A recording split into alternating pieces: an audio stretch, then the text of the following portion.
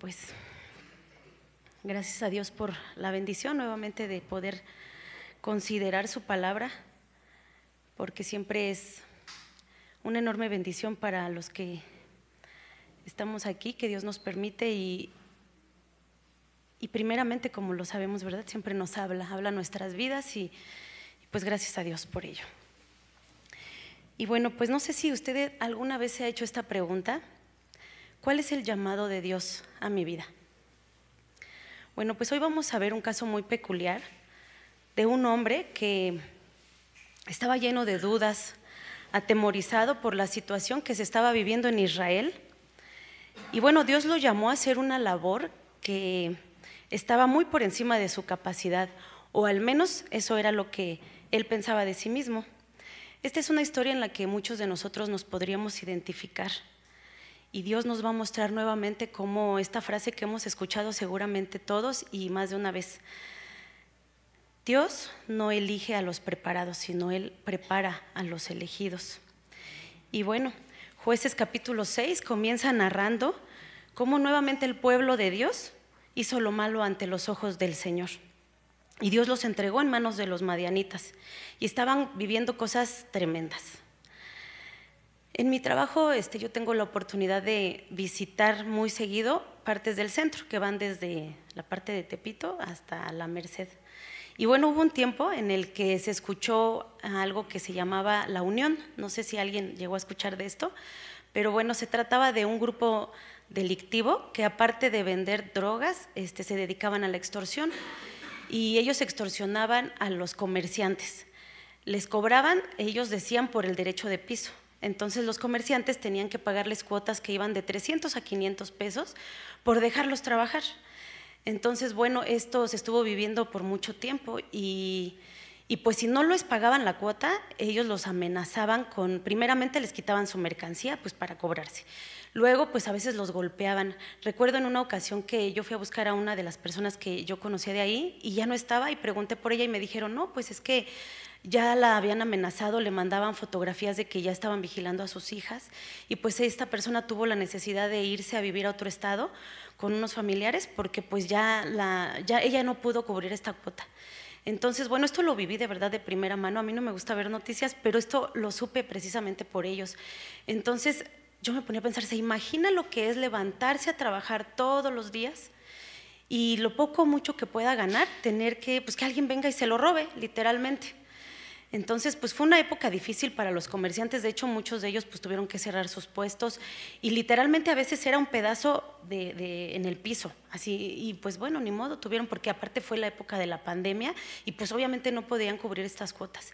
Ya con el tiempo, pues bueno, no sé qué hicieron los comerciantes, pero pues bueno, lograron que les bajaran esas cuotas, porque esto todavía existe hasta hoy, les cobran. Entonces, bueno, pues yo me ponía a pensar en esto y creo que básicamente era algo parecido a lo que en ese momento estaba viviendo el pueblo de Israel, porque dice que por 7 años Dios los entregó en manos de los madianitas porque ellos hicieron lo malo delante del Señor.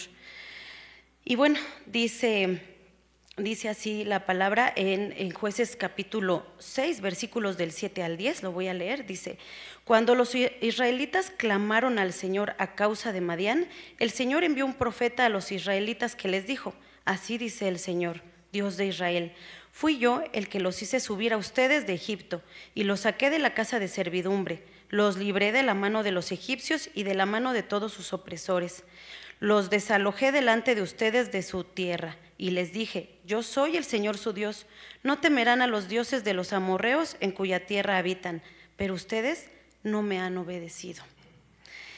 Y bueno, me ponía a pensar, ¿no?, en esta situación. Yo creo que los israelitas durante estos 7 años hicieron de todo. Incluso dice que se tuvieron que ir a esconder en cavernas y cuevas porque pues ya no sabían qué hacer, porque los madianitas venían y destruían todo lo que había, y entonces pues ellos se quedaban sin nada. Lo que ellos cosechaban, venían y lo tiraban, todos sus animales, todo lo que ellos tenían. Entonces ellos se vieron en la necesidad de esconderse, y ya que habían hecho todo lo humanamente posible, hicieron lo que debieron hacer desde un principio: clamar al Señor.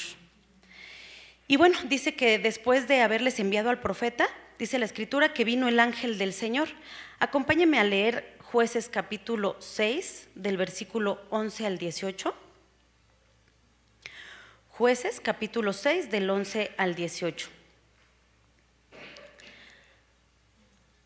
Lo leemos de forma unida, y dice así: y vino el ángel del Señor y se sentó debajo de la encina que está en Ofra, la cual era de Joás Abieserita, y su hijo Gedeón estaba sacudiendo el trigo en el lagar para esconderlo de los madianitas. El ángel del Señor se le apareció y le dijo: el Señor está contigo, varón esforzado y valiente. Y Gedeón le respondió: ah, Señor mío, si el Señor está con nosotros, ¿por qué nos ha sobrevenido todo esto? ¿Y dónde están todas tus maravillas que nuestros padres nos han contado diciendo: ¿no nos sacó el Señor de Egipto? Y ahora el Señor nos ha desamparado y nos ha entregado en mano de los madianitas. Y mirándole el Señor le dijo: ve con esta tu fuerza y salvarás a Israel de la mano de los madianitas. ¿No te envío yo? Entonces le respondió: ah, Señor mío, ¿con qué salvaré yo a Israel? He aquí que mi familia es pobre en Manases, y yo el menor en casa de mi padre. El Señor le respondió: yo estaré contigo, y derrotarás a los madianitas como a un solo hombre. Y él respondió: yo te ruego que si he hallado gracia delante de ti, me des señal de que tú has hablado conmigo. Te ruego que no te vayas de aquí hasta que vuelva a ti y saque mi ofrenda y la ponga delante de ti. Y él respondió: yo esperaré hasta que vuelvas. Amén. Bueno, hasta aquí podemos ver que fue un poco contradictorio, porque Dios le dijo: varón esforzado y valiente. Y Gedeón en ese momento estaba sacudiendo el trigo en el lagar. Y el lagar, pues normalmente lo que se hacía ahí era pisar la uva para extraer el vino. No era donde se sacudía el trigo, porque eso se tenía que hacer como al aire libre. Pero lo estaba haciendo ahí porque aquí nos dice: se estaba escondiendo de los madianitas. Y entonces llega el Señor y le dice: varón esforzado y valiente. Entonces yo creo que pues Gedeón no se sentía valiente, ¿verdad? Pero eso es lo maravilloso. Dios no nos ve como nosotros nos vemos. Entonces, bueno, pues eso fue como lo primero. Y también vimos que el Señor no le respondió a Gedeón cuando él empezó a decir: bueno, y si el Señor está con nosotros, ¿por qué nos está pasando todo esto? ¿Y por qué dónde están esas maravillas y todo? El Señor le dice: ve con esta tu fuerza. No le responde. ¿Por qué? Porque ya le había respondido al pueblo a través del profeta. Entonces, pues aquí ya le estaba dando una indicación directa. Pero yo creo que esto nos enseña que a veces nosotros, cuando Dios permite que pasemos por cosas difíciles, no nos ponemos a pensar, a veces no nos detenemos a pensar qué es lo que Dios está planeando para nuestra vida a través de esta situación. Ciertamente muchas veces estamos viviendo estas situaciones a causa de nuestras malas decisiones, a causa del pecado, de la desobediencia, así como en este caso el pueblo de Egipto. Pero no siempre es así. Muchas veces Dios permite estas situaciones porque cada situación que Él nos permite vivir se convierte en una prueba. Y las pruebas Dios las usa para acercarnos más a Él y para que podamos aprender a depender más de Él y no de nuestras propias fuerzas. Y un ejemplo muy claro es en Juan, en el Evangelio de Juan, capítulo 9, el versículo 2 y 3, dice así: y sus discípulos le preguntaron: Rabí, ¿quién pecó, este o sus padres, para que naciera ciego? Jesús respondió: ni este pecó ni sus padres, sino que está ciego para que las obras de Dios se manifiesten en él. Otro ejemplo muy claro es Job. Incluso el mismo apóstol Pablo, cuando habla del aguijón en su carne, dice que Dios le dice: bástate mi gracia, porque mi poder se perfecciona en la debilidad. Y entonces el apóstol Pablo dice: pues ahora me puedo gloriar en las debilidades, porque cuando soy débil, soy fuerte a través del Señor Jesucristo. Entonces no siempre es consecuencia de esto, pero a veces sí. Pero ya sea que Dios nos esté permitiendo pasar una prueba por consecuencia de esto, de nuestro pecado, de nuestras malas decisiones, o no lo sea, podemos ver esta situación, hermanos, como un regalo del amor y la gracia de Dios a nuestra vida, porque siempre hay un propósito mayor. Aquí lo podemos ver.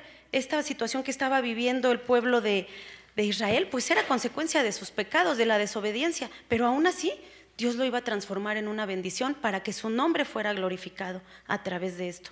Entonces, pues bueno, no importa cómo estemos atravesando esta prueba, lo importante es cómo podamos enfrentarla, con qué actitud enfrentemos esta batalla. Y bueno, a pesar de que leímos que el Señor le dice 2 veces, primero le dice el Señor está contigo y luego le dice ciertamente yo estaré contigo. A pesar de eso, Gedeón tenía miedo. Él fue un hombre, como dijimos al principio, temeroso, que tenía muchas dudas y pues le dice, ¿no? Le dice que antes de pues comenzar todo esto le pide una señal de saber que era él el que estaba hablando con él. Entonces le dice, pues déjame traer mi ofrenda para saber que eres tú con el que estoy hablando, que es el Señor. Entonces, bueno, dice que primeramente pues podemos ver la paciencia de Dios, hermanos. Él le dice, sí, ve, y aquí te espero. Entonces Gedeón se mete y dice primero que él le preparó un cabrito y panes sin levadura de 1 efa de harina. Se dice que 1 efa de harina, su equivalencia en kilos es como de 13 kilos, pero como es una medida en volumen, equivale a 22 litros aproximadamente. Yo quiero pensar que es muchísimo, o sea, que se puede hacer mucho pan con esta cantidad de harina, ¿no? Y entonces yo creo que también Gedeón era lo que tenía para el sustento, o sea, fue lo que alcanzó a guardar y todo se lo quiso ofrecer al Señor. Entonces, eso es lo primero que podemos ver, pero la verdad es que también, pues no sé, yo obviamente no lo dice, yo creo que si yo hubiera sido Gedeón también hubiera pensado, bueno, pues me voy a tardar mucho y chance y que cuando salga pues ya no está y entonces pues ya veré que no era el Señor y pues no me va a poner a enfrentar esa batalla, porque pudo haber hecho lo que Jonás, ¿verdad? Y decir, pues no, y me voy para otro lado y pues no lo hago. Él estaba pidiendo una prueba de saber que era él el que lo estaba mandando a hacer eso. Entonces, bueno, ya que sale y el ángel pues está ahí y le dice cómo ponga la ofrenda y entonces con el báculo que tenía lo consume todo para que no hubiera duda de que era él.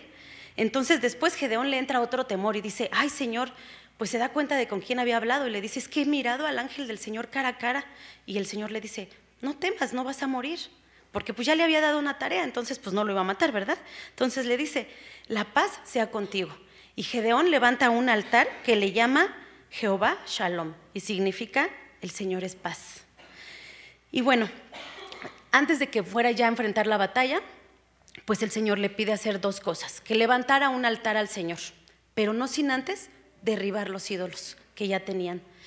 Y sabe, hermano, esto es algo que cuando nosotros vamos a hacer una tarea para el Señor, no importa qué tan grande o pequeña creamos nosotros que es, porque creo que cuando servimos a Dios, todo debe de representar algo enorme para nosotros porque es un honor poder hacerlo.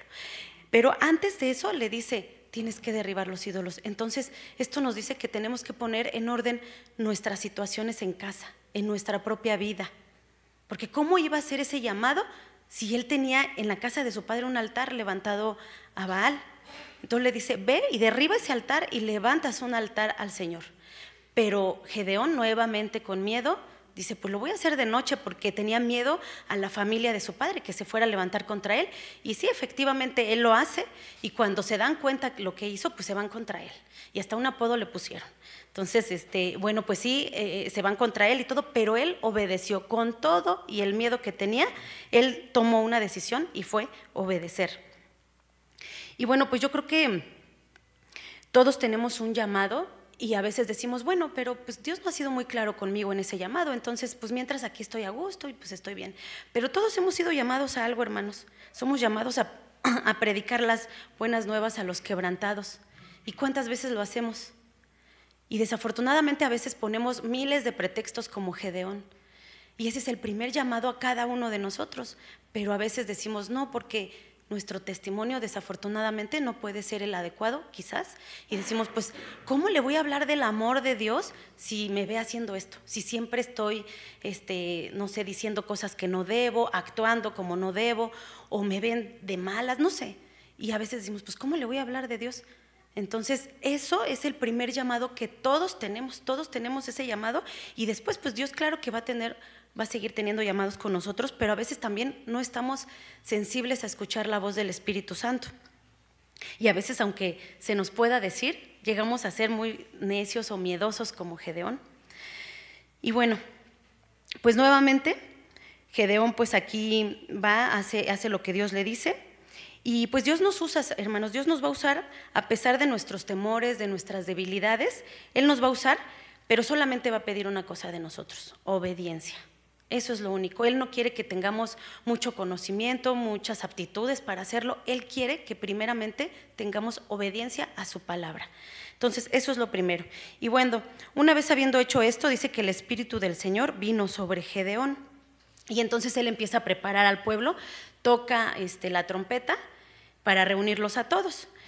Y bueno, pues era normal su temor, ¿no? Porque después de haber estado todo el pueblo 7 años ahí escondidos, pues ahora le decía que en manos de él iba a derribar al pueblo y a todo el campamento de Madián. Entonces, bueno, Gedeón le dice que si va a salvar al pueblo de Madián por su mano, le pide otra señal. Y es aquí como que la parte donde más conocemos a Gedeón, y le dice pues esta parte del vellón. Bueno, permíteme poner un vellón en la era, y si el vellón está mojado y todo lo demás seco, entonces sabré que tú lo harás. Y entonces el Señor le dice ok, y lo hace.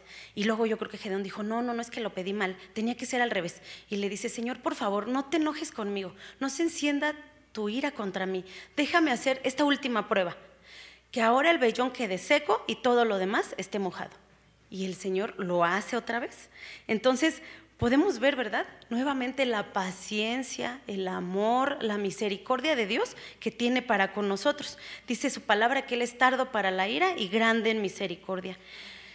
Y tan es así que cuando reúne ya al pueblo, entonces Dios le dice: no, son muchos las personas que están. Y bueno, no se refería a los contrincantes, a los de Madián, sino a los que estaban con Gedeón, y le dice: son muchos y el pueblo se puede enorgullecer diciendo que a causa de su fuerza se libraron de Madián. Entonces diles a todos los que tengan miedo que regresen a su casa. Y Gedeón lo hace, y entonces regresaron 22,000 y se queda con 10,000, y le dice el Señor: no, todavía son muchos. Entonces ahora el que estaba siendo probado era Gedeón, porque Dios estaba probando su fe y su obediencia, porque él tenía mucho miedo, pero él pensaba que iba a ir con todos, y ahora, pues si su fe estaba puesta en todo el pueblo de Israel, pues ya se le había acabado ahí, porque pues ya se estaban yendo, ¿no? La mayoría, pues eran 22,000 los que se fueron, y le dice: llévalos a donde el agua y los voy a probar. Diles que los que laman el agua con su mano, como lame el perro, los pones de un lado, y todos los que se arrodillen para tomar agua, entonces del otro lado. Y entonces Gedeón lo hace, y se quedan 300, lamieron el agua con su mano, y los otros 9,700 se arrodillaron. Y le dice: con estos 300 te vas, y con estos vamos a salvar al pueblo. Entonces, pues yo creo que Gedeón ha de haber dicho: ¿cómo, no? O sea, después de haber sido 32,000, ahora me voy con 300. Pero Gedeón obedeció. A partir de ahí él empezó a tomar esta actitud siempre de obediencia, y a pesar de eso, Dios nos conoce tanto que sabía que Gedeón seguía teniendo miedo. Entonces le dice: baja al campamento, porque he entregado en tus manos al pueblo, a los de Madián. No temas descender, pero si temes descender, baja con tu criado Fura. Entonces él sabía. ¿Qué creen que hizo Gedeón? Descendió con su criado Fura, porque él seguía teniendo miedo. Y entonces cuando bajó, escuchó que a un hombre que le contaba un sueño a otro, y escuchó la interpretación donde le decía que pues Dios ya había entregado al pueblo de Madián en las manos de Gedeón. Entonces ya sus manos de Gedeón, dice que iban a ser fortalecidas a través de esto, y así fue.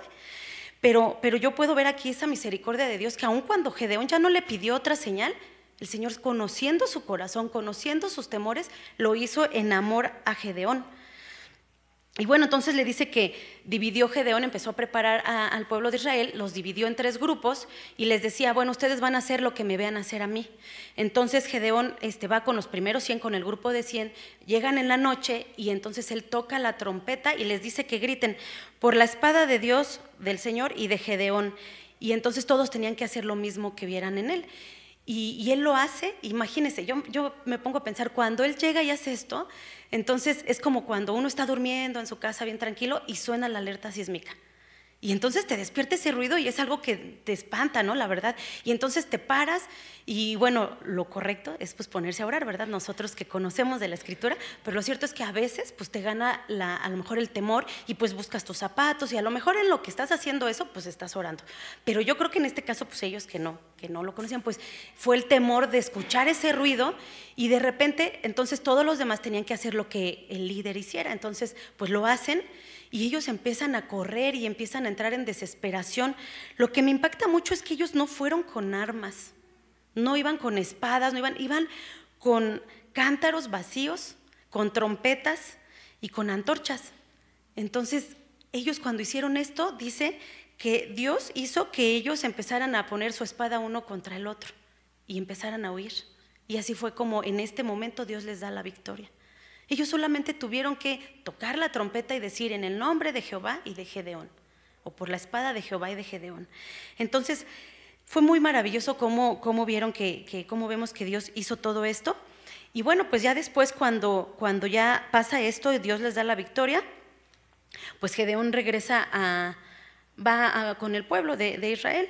Dice que se presenta con los de Efraín. Y sabe, hermanos, también hay que prepararnos para este tipo de situaciones. Por ejemplo, Gedeón ya había enfrentado la primera batalla, pero cuando va con los de Efraín y entonces le empezaron a reclamar, le dijeron, bueno, ¿y por qué a nosotros no nos llamaste? ¿Por qué no nos dijiste que fuéramos contigo para enfrentar esa batalla y demás? Yo creo que los de Efraín no era como que realmente quisieran estar en la batalla, más bien como que ellos también querían llevarse un poco de la gloria y decir, pues también fuimos parte de todo esto que Gedeón hizo y que derribó a los madianitas y demás. Entonces Gedeón hasta aquí tomó una decisión muy sabia. Después de hacerles una serie de preguntas, dice que les dijo así como que les dio a entender, tranquilos, ustedes también son parte, entonces pues no se preocupen. Y los tranquilizó. Y fue muy sabio porque dice la Escritura que la blanda respuesta aplaca la ira.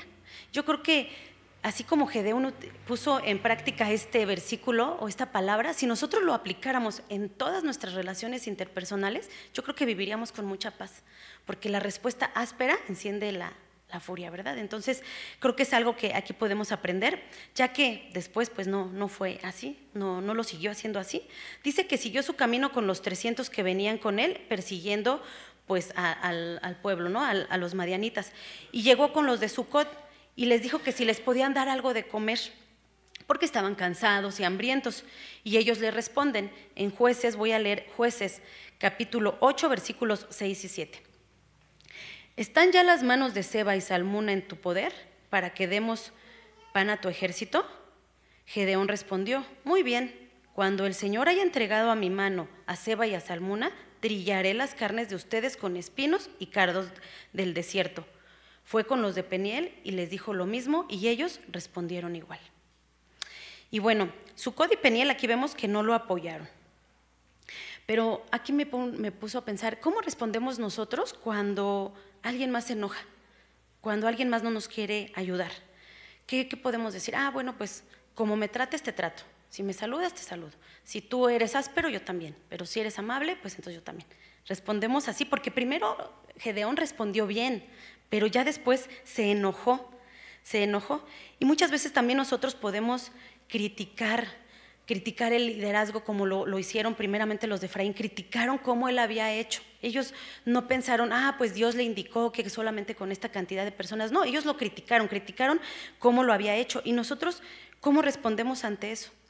Yo cuando voy a ver los partidos de Gael, me da mucha risa porque luego estamos en las gradas y entonces muchos de ahí, hombres y mujeres, ¿no? Empiezan a gritarles a los niños, ¿no? Que están jugando, ay, para bien, o corre, o ¿por qué no hiciste esto y lo otro? ¿No? Y yo digo, bueno, es que somos los mejores futbolistas desde las gradas, pero en la cancha ya es distinto. Y así mismo, hermanos, así mismo cuando alguien está en un lugar donde, pues sin duda Dios está permitiendo que haga algo para Dios, ¿cómo reaccionamos? Porque desde lejos se ve fácil y podemos criticar, podemos juzgar, pero estar ahí, eso es distinto. ¿Cómo respondemos cuando alguien está atravesando una batalla y nos pide ayuda? Decimos, no, pues por algo estar ahí. Pues si Dios lo está permitiendo, pues que Dios trate con él. O somos misericordiosos y tratamos de ayudar. Y no necesariamente con dinero, puede ser. Si Dios nos bendice, pues qué bueno. Pero también podemos ayudar primeramente con una oración sincera, como lo hacemos, ¿verdad? O creemos que, pues creo que eso es lo que hacemos, pero también acercarnos y decir de qué manera te puedo ayudar, cómo estás, igual y hasta solamente escuchar a la persona. ¿Cómo respondemos ante eso? Proverbios 11:25 dice, el alma generosa será prosperada y el que saciare, él también será saciado. Bueno, al final, ellos a pesar de que estaban siendo criticados, juzgados, sin el apoyo de los demás, estaban decididos a terminar la batalla, matando a los reyes de Madián, ¿verdad? Y bueno, pero después de que Gedeón vio esto de aparte de Sucot y de los de Efraín, los de Peniel, pues él estaba ya enojado, ya empezó a tomar una serie de decisiones que no fueron gratas delante del Señor. Y prácticamente cuando logró matarlos, fue y les restregó en la cara que ya los tenía en la mano, ¿no? Y dice que derribó la torre de Peniel y mató a los de la ciudad. Claramente, Gedeón comenzó a abusar de su autoridad, porque yo sé que ellos no actuaron bien, no lo hicieron bien, pero ¿de verdad a Gedeón le correspondía? ¿O fue algo que Dios le dijo que hiciera? ¿O simplemente él empezó a actuar en su enojo, en su autoridad que aparentemente en ese momento tenía? Yo creo que no, porque ellos eran israelitas, no merecían que él los humillara y los matara, pero bueno, así lo hizo. Él se enojó porque no le quisieron dar pan, porque no lo quisieron ayudar, pero en realidad Dios ya le había dicho, nunca le dijo, bueno, mira, pues ya después vas con donde los de Peniel y ellos te van a apoyar. No, él le dijo con estos 300, pero desafortunadamente él buscó ayuda en los hombres y no siguió confiando en la promesa que Dios ya le había dado. Dios les iba a suplir todo, pero él buscó y entonces se enojó cuando no recibió lo que él quería, porque pues ya era como que el líder, ¿no? Pues ya estaba haciendo el llamado de Dios, tenían que ayudarlo, o al menos era a lo mejor la actitud que él tuvo. Él se comenzó a convertir en un líder autoritario, se dejó corromper por el poder. Y bueno, primero les echa en cara pues que ya lo había logrado. Gedeón se olvidó de que en un principio él mismo era un hombre cobarde, que le pedía señales a Dios prácticamente para todo. Y bueno, pues él así era como iba a realizar su llamado, pero se empezó a olvidar de esto. Entonces después, dice la escritura en Jueces 8:22, que el pueblo le dice, reina tú sobre nosotros, y tus hijos y tus nietos. Y Gedeón les dice, no, yo no voy a reinar, ni mis hijos ni mis nietos. Reinará sobre nosotros el Señor. Entonces, bueno, hasta aquí dijo, bueno, estuvo bien, pero en realidad él no acepta ser un rey, pero les hace una petición muy extraña y les dice, cada uno de ustedes deme un zarcillo de su botín, los cuales eran de oro, y todos aceptaron, así dijeron, sí, no, pues está bien, pues ya por todo lo que él hizo por nosotros, entonces hay que dárselo. Dice que se juntaron aproximadamente 19 kilos de oro, sin contar los adornos, vestidos y collares. Es decir, Gedeón se enriqueció. Y bueno, lo peor que pudo hacer fue que hizo un efod, es decir, levantó un altar. Y dice la escritura que a causa de esto Israel se prostituyó y vino a ser ruina y tropezadero. Ese efod que él construyó vino a ser la ruina para Israel nuevamente. Gedeón no aceptó ser rey, pero sí quiso vivir como un rey. Tuvo muchas esposas y fíjense, tuvo una concubina y con ella tuvo un hijo y le puso Abimelec. Y ese nombre significa mi padre es rey. Entonces, desgraciadamente creo que aquí Gedeón pues se la creyó.